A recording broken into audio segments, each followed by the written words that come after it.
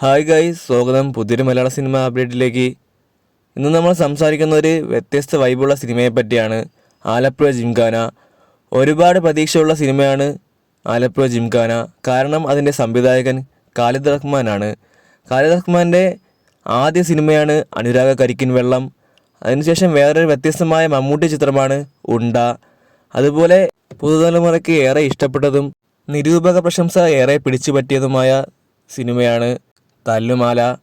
അതുകൊണ്ട് തന്നെ ആലപ്പുഴ ജിംഖാനയിലും ഒരു ഖാലിദ് റഹ്മാൻ മാജിക് എല്ലാവരും കാത്തിരിക്കുന്നു, ഒരുപാട് പ്രതീക്ഷ നൽകുന്നു. നസ്ലിൻ, ലുക്മാൻ, ഗണപതി എന്നീ മലയാളത്തിൻ്റെ യുവനടന്മാർ പ്രധാന കഥാപാത്രമായി വരുന്നു. സ്പോർട്സ് കോമഡി ജേണർ ടൈപ്പായിട്ടാണ് സിനിമ വരുന്നത്.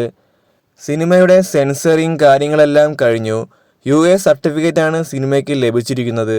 ചിത്രം ബസൂക്കയുടെ കൂടെയാണ് റിലീസിനെത്തുന്നത് തിയേറ്ററിൽ. അതുപോലെ ബേസിൽ ജോസഫ് ചിത്രമായ മരണമാസം അന്നു തന്നെ തിയേറ്ററിലെത്തുന്നു.